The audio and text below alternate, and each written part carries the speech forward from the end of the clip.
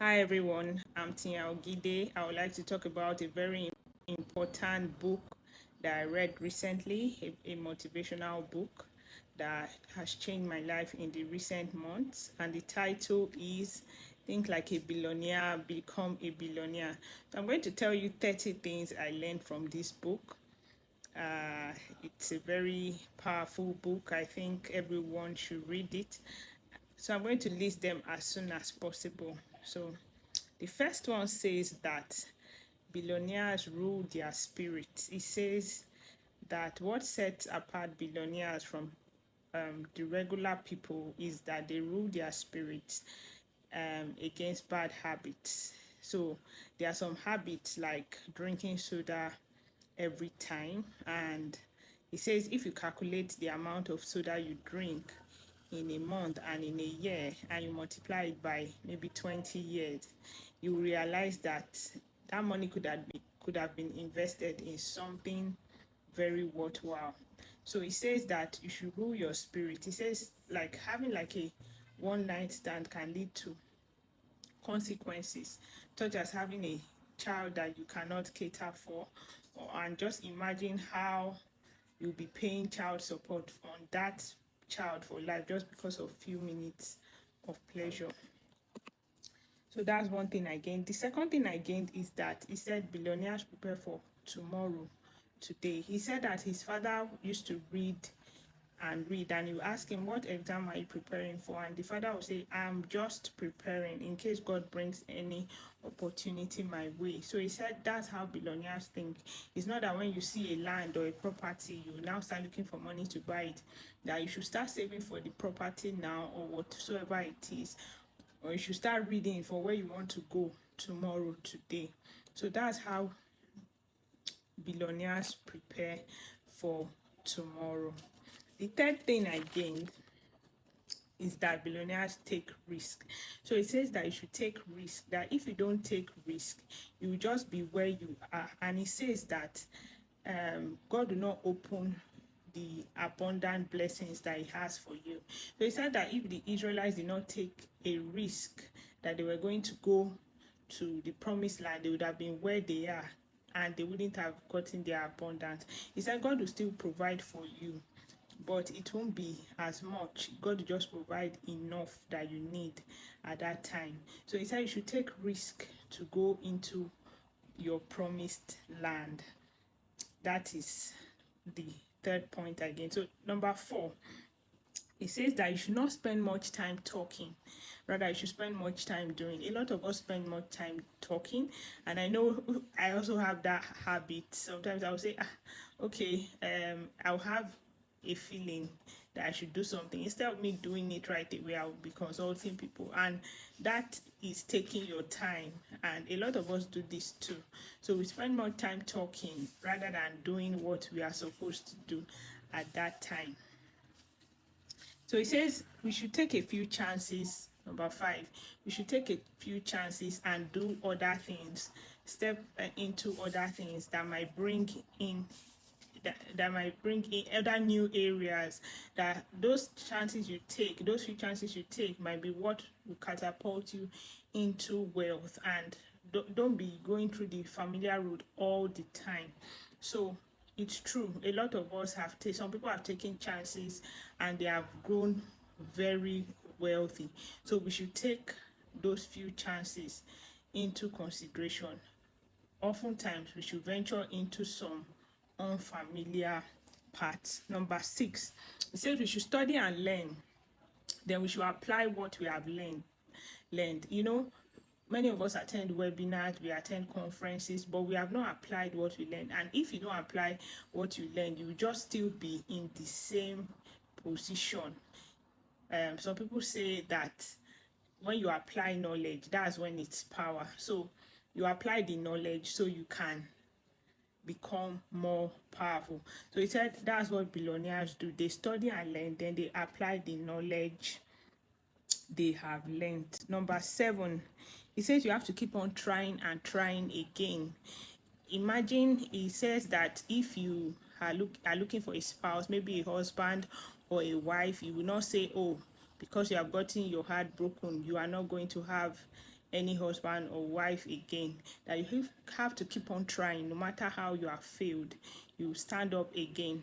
You can't say you will not, because you have been hurt by so many people, you are not going to venture into new friendships or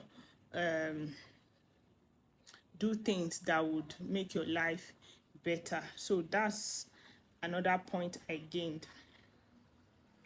Number 8, he says you should make investments and you should buy things that will acquire wealth, such as land. You don't start waiting for when the land is going to be expensive. Some people wait until they have money to buy land or a house in an exorbitant area, and that sometimes that chance never comes because those lands keep appreciating more than their income. So you should buy whatever you have now, and in future it will appreciate and appreciate. So that we should make good use of the money you have now to buy whatever assets you can buy. Number 9, it says billionaires do things differently. So it says you have to do things differently than what you have done in the past if you want to become a better person. You can't keep doing the same things, doing the same routine things you were doing and expect to have a better result. So it says that billionaires do things differently than the rest of the regular people. So you have to do things differently from what you were doing before. Number 10, it says money is not evil. You should not think poor all the time. A lot of people think that wealth is evil, and many people that have wealth must have engaged in one thing or the other. But you can actually make genuine wealth if you plan your life properly. So that's what he was trying to say, that you can use money to accomplish a lot of things in life if you want to. Do anything, you can use money to, you need money for a lot of things, and wealth is not evil. You can actually be a good person, a good Christian, and still be very wealthy. So that's what he was trying to say. Number 11, it says you should update and refresh your heart. He says you should implement the principles of the Word of God. This is one book I like because he talked about God, and he also said he passed through a time when the mother and the dad had to believe in God for their finances. So he said you should use the Word of God, that the Word of God changed their financial life. So we should also obey this principle. He said the more you change your thinking, the more you give God the chance to actually bless you more. If you don't change your thinking, you will most likely remain where you are, and God will still respect that level of thinking. I remember there were certain things in my life where I thought it was right, and I just observed that you think you are right, and you will still be where you are. And it's not that God doesn't want to bless you, but because you have not decided to change your thinking. Number 12, he said, have integrity. He said, billionaires use debt to get more wealth. He said they use the bank's money, so you have to pay back what you owe so that you can collect more debt to finance what you want to accomplish. It says that they don't see debt as bad, rather they use debt to finance their businesses so that they can prosper more. And he said you should have a good credit score so that you can be able to borrow more to advance your business. Number 13, he says you should have a big mind. He said if you have a big mind, you can handle God's vision for your life. If you have a big mind, you can handle God's vision for your life. If you don't have a big mind, if you don't believe that you can accomplish great things, you will not be able to get God's blessings in your life. Number 16, It says life is about windows of opportunity. Life is about windows of opportunity. He said many times, many windows of opportunity came, and it would be like, oh, maybe God didn't want him to have that opportunity, and also myself too. And I believe one time or the other, you felt that God didn't want you to have such opportunity, but it's that we were not prepared for that opportunity, and so the windows closed. So it says that we should always be ready for the opportunities. Sometimes you see some old people and you wonder what opportunities in life that they lost. Many of them said tomorrow, tomorrow. And this life, I just looked at my age and I was like, so I'm this old now. The thing is, before you know it, you are already old. So life is about windows of opportunity. You make sure that you make use of every opportunity you have at every given time so that you don't remain where you are. Number 15, it says you should prioritize relationships. It says if you prioritize relationships, it's the best because you don't want your children to be on drugs, or you lose your relationship with your children or your husband, or you lose your marriage because you are trying to look for money.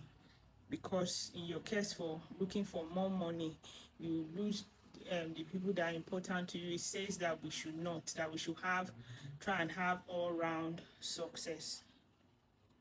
Number 16, he says we should be excellent in whatsoever we do, that we should be excellent, we should put in the work, and we should not settle for average whatsoever we do. He talked about Joseph also, that despite Joseph was a servant, he was excellent at what he did, and that opportunity propelled him into something greater and something bigger. He says that's what we should do at every point in time. No matter where we find ourselves, we should be excellent. We should give our best. Number 17. He said there will always be problems in life to conquer. He said there will always be problems in life to conquer. You can't pray all your problems away, and that's true. You can't pray all your problems away. I remember when I was giving birth to my daughter, my last child, and I used to pray that God, this pain, I want it to go away. I don't want to have any pain. I endured pain in time past. Let this pain go away. And I kept on praying and praying and praying and praying. But the last delivery was even more painful than the other deliveries. So you can't pray all your problems away. The thing is, sometimes maybe if I had done more exercises, I would have gotten more more relief than I had in time past, or it wouldn't have been as painful. But I kept on praying, and I realized that God will not take all your problems away. You have to look for a way to conquer your challenges. So number 18, it says that you can't really expect God to fix everything for you. Just like your children now, when they come and they want to do their assignments, you can't start doing their assignments for them. If you do their assignment for them, you won't be helping them. Oftentimes, when my son was that time when my son was younger, my daughter would try to help him do one or two things, and I would say no, just leave him, let him do it himself. And that was how he was able to do things. That's how God operates with us too. You can't just expect God to do everything for you. You sit down, God will maybe brush your teeth or something. So you have to step out and do things yourself. Number 19. It says you should master the art of problem solving. It says that billionaires spend time to think about solving problems. They are not afraid of problems. They even have more problems than the regular people. So we should master the art of solving problems. So sometimes it says that you can take time to think about a problem and how you can solve it. Sometimes you can go to sleep thinking about a problem. It says instead of spending time doing negative things, think about a problem, and he says when you wake up, most times you already have the solution to the problem. Number 20.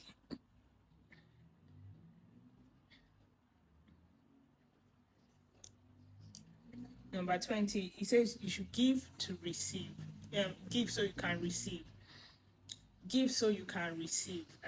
He's talked about some people giving. He says you give to people that need, and also be generous. Give to people that don't need. I know oftentimes I used to have this thinking that why are you giving to this person, he already has. But I realized that this is how billionaires think. They give to people that need, and they also give to people that don't need. He says if you give to people that don't need, that you are generous. And that's how I think most of them operate, because if you give to those people, let's say you have any issues, they will also give to you. So he says that is how to gain more wealth. Give so you can receive. And he says number 21, you shall have a high AQ. He says AQ is adversity quotient. Adversity quotient is how you can withstand adversity. It's not just having a high IQ. You should have a high AQ. You should be able to withstand the problems of life and not be afraid of them. Withstand the problems of life, because problems will always come. Number 22, it says you should have something doing. You can't expect to not have something doing and think that God will bless you. You should have something doing so that God will bless what you already have and prosper it. So have something doing that God will bless. Number 23. So he talked about saving money on cars, that you shouldn't buy from a dealer, you shouldn't buy a car that has a 60,000, more than 60,000 mileage on it. I don't know how people in Nigeria are going to cope with the high exchange rate now, because you pay for almost everything up front, virtually everything you pay up front. So, but it says you should not get a car that is more than 4 years old and all that. So 24, he says you should give 5% more at your job, you should arrive 10 minutes early and close 10 minutes late. This is a principle I want to imbibe now, so I've not been following this rule. So give 10% more at your job. So number 25, it says you should guard your time diligently. It says successful people and billionaires generally guide their time. They don't play with their time. Their time, they believe in time. So it says guide your time diligently. Number 26, it says your time is very valuable. You will never be able to get your time back. You can buy a new car, buy a new house, but you can never buy your age back. Maybe when you were 5 years old and maybe you are 30 now, or you are 35, you can never go back to that time. So your time is very important. Avoid time wasters, avoid people that are going to slow you down. So that's a lesson again. Number 27, it says don't hang around negative people. There are some people that if you tell them your problem, they will always have something. Maybe you tell them I want to start this business, they will tell you 101 things why you shouldn't start that business, and thereby hindering you. You see that you present to them like 5 different things, and they will keep having a reason why you shouldn't do it. Try to avoid those people. They can be on the internet too, so try not to listen to those voices. Try to have your goals and go for your goals.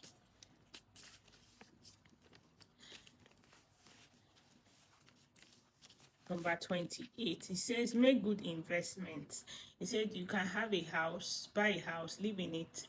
After some years you sell it, you move into another house or another cheaper or another place. After some years you sell it, you keep doing that for some years, and it says with time you accumulate wealth.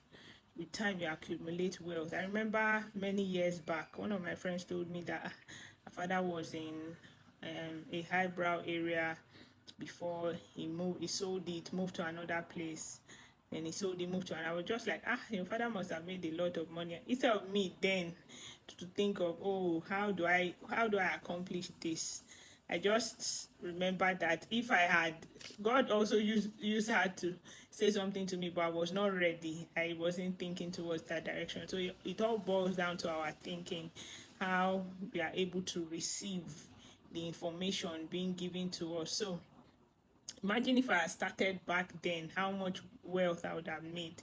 So that's, if I bought land, sold it, it would have made a lot of difference in my life. So number 29, he says you should sleep for 8 hours. You shouldn't play with your sleep. He says, imagine you pour water in your vehicle. The thing can only take you a short distance, that you will definitely break down one time or the other. You should spend a good amount of time, like 8 hours, to sleep so that you can be refreshed for the day.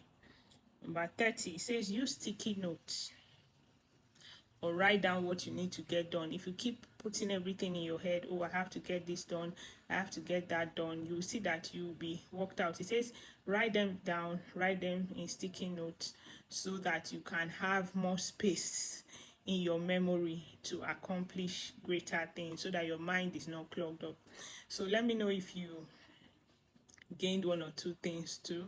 I think this is a very good book that everyone should learn, should read and learn from. You can still order it and read through it, because the book changed my life. So if you like this video, kindly subscribe for more. Thank you very much. Thank you very much. Bye.